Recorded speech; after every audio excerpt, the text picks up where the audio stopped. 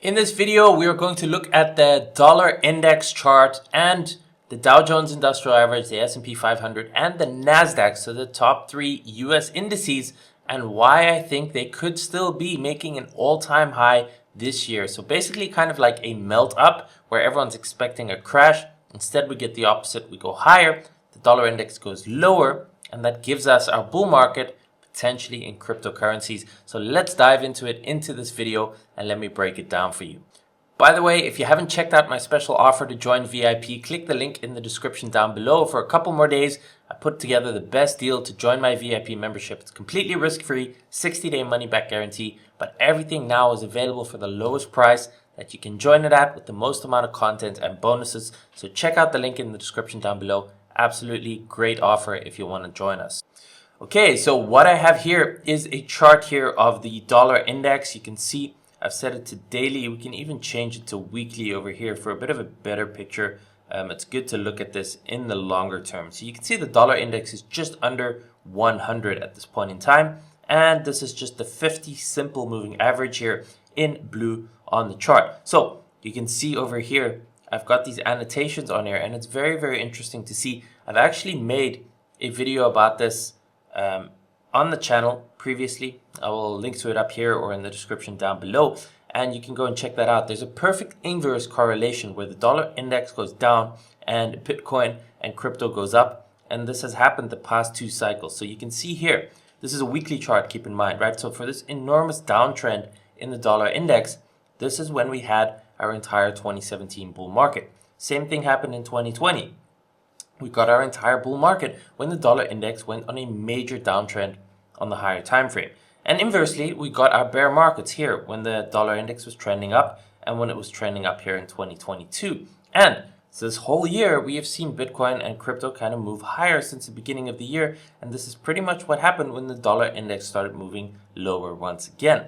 So now the question is going to be, do we see a continued downtrend in the dollar index? If this continues going lower, then also what I'm sharing here with the US indices and with our potential crypto bull market. So if the dollar index goes down, we are likely to see stock markets go higher, and we're likely to see crypto continue to go higher and maybe give us our full-blown bull market leading up into the halving of April 2024. So this is a very important chart to keep an eye on, and you can see the downtrend is important, especially once we broke below the 50. You can see over here, that is really when the crypto and the stock markets really accelerated to the upside. So you can see over here, we got that at the beginning of this year. We had a bearish retest, rejection, another bounce. So it's kind of been chopping around, but only recently did it start to move lower again. Now, this is something to keep an eye on. Again, set some alerts. If we get back above 105 and we reclaim the 50-week moving average here,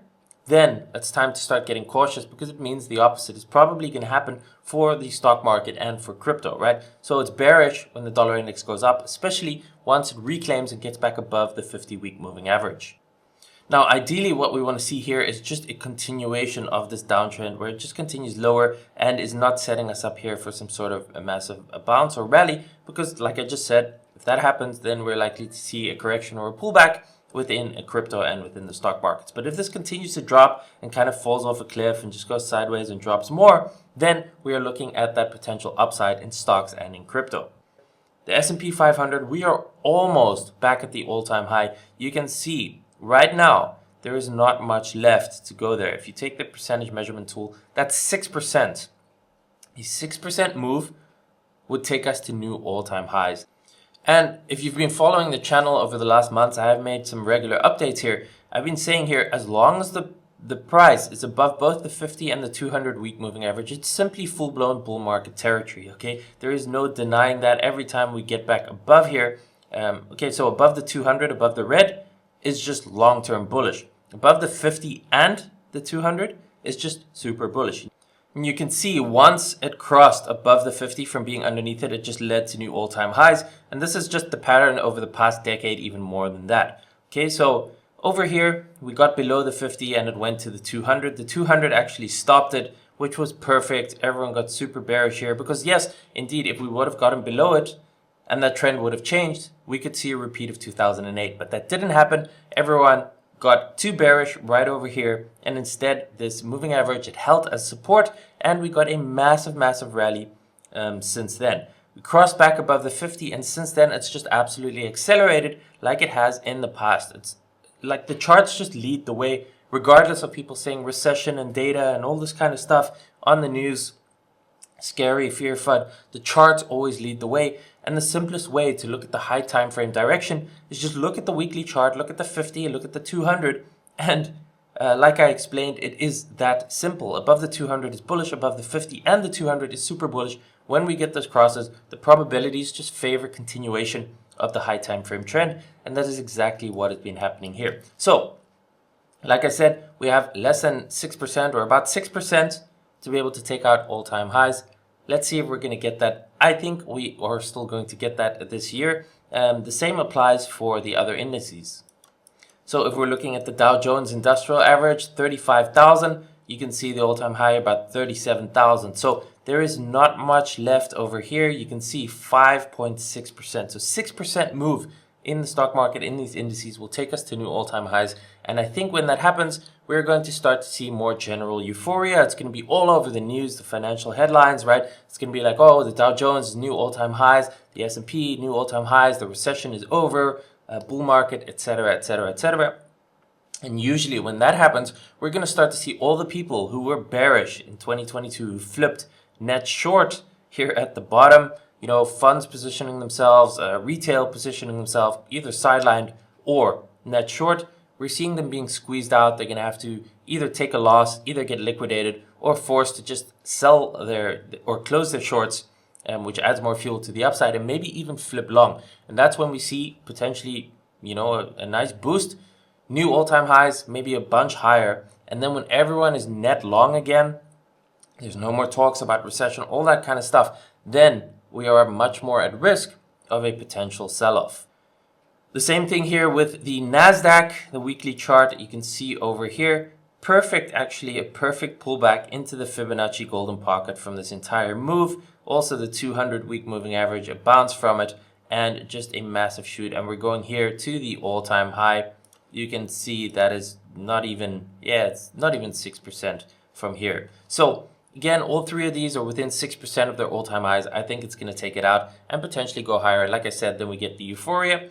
Don't know how long that can still continue, right? That could continue maybe another 6 to 12 months, because that brings me to the next point. So one thing I want to share with you here also, which kind of ties into both the things I've said about the dollar index and the US indices that I've just covered, where I think the dollar index continues lower and stock markets continue higher, potentially for the next 6 to 12 months, is because of this. So if we go and look at the federal funds chart, so the interest rates from the Federal Reserve, going back all the way to 2000, because this is what we have to look at, and we have to base it on data. There's no guarantees it repeats, but we look at what's happened in the past, and we try and make the best possible educated guesses based on that and similarities to what is happening now. So if you look at, we had two major stock market crashes, one in 2000/2001 and one in 2008, right? Since that's all since 2000. So we have to look for some sort of reason or some sort of trigger or some sort of warning that help us, that warns us of this kind of impending change. And this hasn't happened just yet. So looking at the Fed fund rate over here, you can see this was a major hiking cycle, even though there was consolidation in between. But you can see over here, they stopped, like it kind of peaked out over here in about June to July of 2000.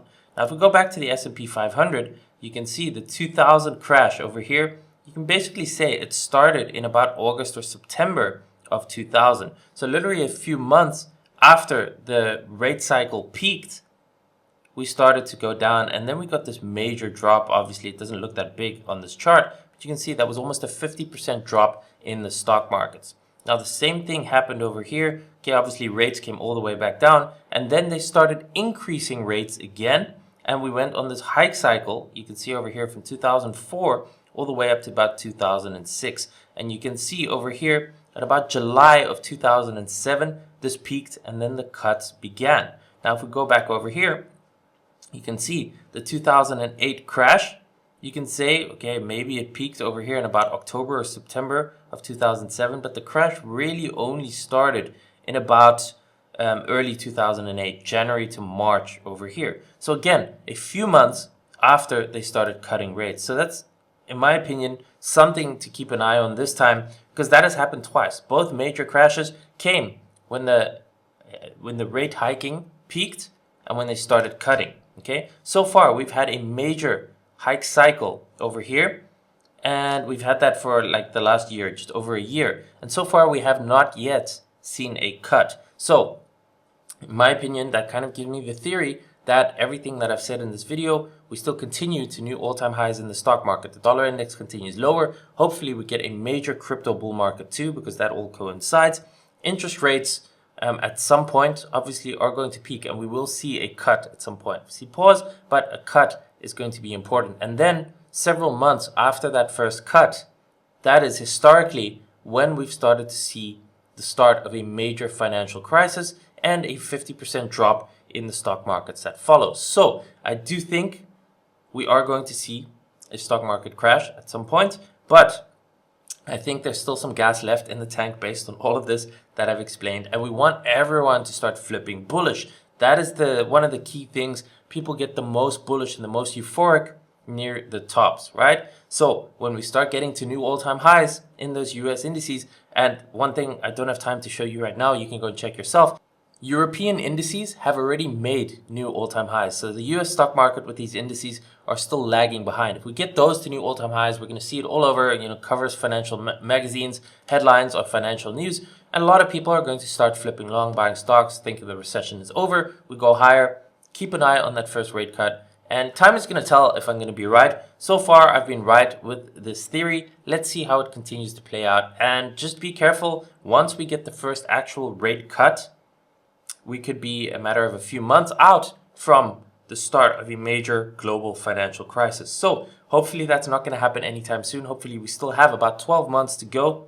That is my guess, 6 to 12 months left, which means major crypto bull market, stock markets new all-time highs, euphoria, dollar index lower, and then somewhere middle of 2024, maybe Q3, because it tends to happen around September, October, looking at the start of a major financial market crash. So let's see how that plays out. If you enjoyed this video, smash the like button. Let me know in the comments down below. Do you agree with this theory? Do you disagree? What is your theory? How do you think the markets are going to play out? I would love to hear, and I will respond to those comments personally. And if you haven't checked out my special offer just yet, click the link in my description down below, or the link in my bio if this is on Instagram.